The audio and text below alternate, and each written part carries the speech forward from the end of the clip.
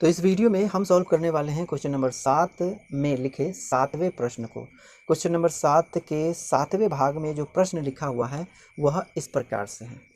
इसमें लिखा है 2 अंकों वाली संख्या के अंकों को पलटने से जो संख्या प्राप्त होती है वह और मूल संख्या का योग 66 है। अंकों का अंतर 2 है, अंकों का अंतर 2 है, वह संख्या बताइए। अर्थात 2 अंकों की संख्या है और अंकों के पलटने से जो प्राप्त संख्या होती है वह संख्या और मूल संख्या का योगफल 66 है। फिर अगले कथन में बताया जा रहा है कि अंकों का अंतर 2 है, तो वह संख्या क्या है यह हमें बतानी है। तो यहाँ फिर से 2 अंकों की संख्या की बात हो रही है, तो हमें मानना होगा इकाई का अंक और दहाई का अंक। ठीक, तो इसे कंसीडर करेंगे इस प्रकार से, माना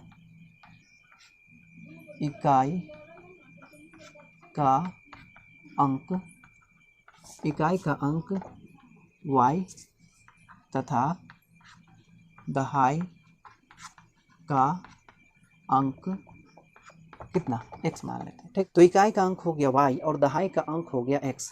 अब संख्या क्या हो जाएगी, यहाँ लिख लेंगे संख्या हो जाएगी 10x और प्लस में y। ठीक, तो ये हो गई संख्या। प्रश्न के पहले कथन में बताया जा रहा है कि अंकों के पलटने से प्राप्त संख्या और मूल संख्या का योग 66 है। यानी यहाँ पर हमें अंकों के पलटने से प्राप्त संख्या का भी जिक्र करना होगा, है ना। इसीलिए हम लिख लेंगे अब अंकों के पलटने से प्राप्त संख्या। ठीक ना, तो अंकों के पलटने से जो संख्या प्राप्त होगी वो कितनी हो जाएगी। देखिए पहली संख्या ये है 10x प्लस वाई। अब अंकों को पलटने से जो हम संख्या लिखेंगे वो कितनी होगी 10y और प्लस में x हो जाएगी। ठीक ना, तो इस प्रकार से अंकों के पलटने से प्राप्त संख्या 10y प्लस में x। अब पहले कथन में कहा जा रहा है कि अंकों के पलटने से प्राप्त संख्या और मूल संख्या का योग 66 है। तो लिखेंगे प्रश्न से।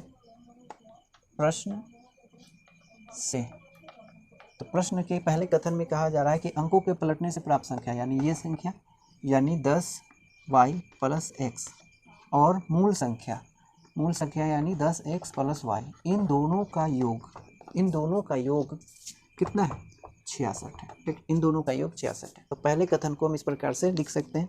अब इसे हम मॉडिफाई करेंगे, लिखेंगे 10y है 10y प्लस में x प्लस ये भी हो गया 10x प्लस y। ठीक, बराबर में 66। या इन दोनों को जोड़ देंगे, y को y के साथ और x को x के साथ जोड़ेंगे तो 11x हो जाएगा और 11y बराबर में 66। ठीक, अब दोनों तरफ 11 का गुणज है तो हम क्या करेंगे 11 से डिवाइड करेंगे, तो दोनों पक्ष में करना होगा और दोनों पक्ष के प्रत्येक पद में करना होगा। ठीक ना, तो ये 11 से 11 और ये 11 से 11 कैंसिल हो जाएगा, यहाँ 11 छके 66 हो जाएगा। बचेगा रिजल्ट में यहाँ x और यहाँ बचे जाएगा कितना y और बराबर में कितना बच जाएगा 6 बच जाएगा। ठीक, तो ये हो गया समीकरण पहला। ठीक ना, इसे समीकरण पहला कहेंगे और अगले कथन को फॉलो करते हुए आगे बढ़ेंगे, है ना। लिखेंगे फिर अगले कथन में कहा जा रहा है कि अंकों का अंतर 2 है। अंतर समझते हैं ना, पहले अंक को दूसरे अंक से घटा देंगे तो अंतर निकलेगा वही, यानी कितना x माइनस वाई, ये हो गया अंतर। और इस अंतर के बारे में बताया जा रहा है कितना कि यह 2 है। ठीक ना, तो इस प्रकार से दूसरे कथन को हम व्यक्त कर सकते हैं, ये हो जाएगा समीकरण 2। पहला समीकरण हो गया x प्लस वाई बराबर में 6 और दूसरा समीकरण हो गया x माइनस वाई बराबर में 2। इसे सॉल्व करके x तथा y का वैल्यू निकालेंगे।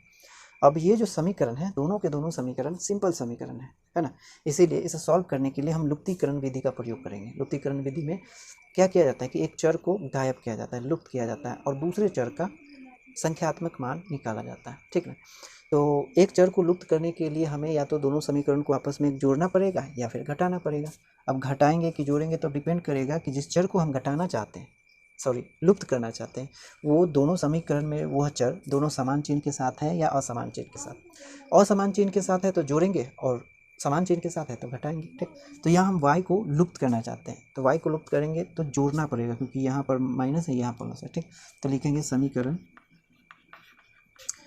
1 प्लस समीकरण 2 करने पर ठीक ना। तो दोनों को जोड़ना है, तो इन दोनों को जोड़ेंगे तो कितना आएगा 2x हो जाएगा, और इन दोनों को जोड़ेंगे तो ये माइनस सॉरी ये प्लस है और ये माइनस, तो ख़त्म हो जाएगा, तो प्लस में 0 बचेगा, और बराबर में इन दोनों को जोड़ेंगे तो हो जाएगा 8, ठीक ना। अब इधर लिख लेते हैं, तो इधर हो गया कितना या 2x बराबर 0 का कोई अस्तित्व नहीं, बराबर में 8, तो 2 एकम 2 और 4 दूना 8 हो जाएगा, ये 4 है। फिर लिखेंगे या x बराबर 4, तो x का वैल्यू मिल गया कितना 4, ठीक।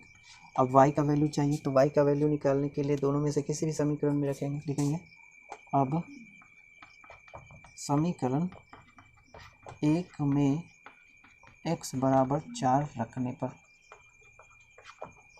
ठीक ना। तो समीकरण 1 कितना है x प्लस वाई बराबर में 6। अब हमें x के बराबर में 4 रख करके यहाँ का x जो है रिप्लेस करेंगे कितना से 4 से, तो 4 प्लस वाई बराबर में 6। अब इसे उस पक्ष में ले जाएंगे तो इस पक्ष में y और उस पक्ष में 6 माइनस 4।